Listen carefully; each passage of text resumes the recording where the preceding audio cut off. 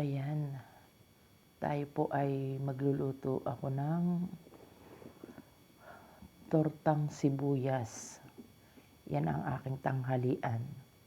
Kasi yung aking alaga ay nasa labas at saka ano siya, kaaalmusa lang. Ayan. Panoorin po natin yan at yan ay ilalagay ko na sa kawali. Dahan-dahan lang at atin siyang ikakalat. Ayan, ang aking tanghalian. Tortang sibuyas. Natawa naman ako. Ito na nga po ang aking tortang sibuyas.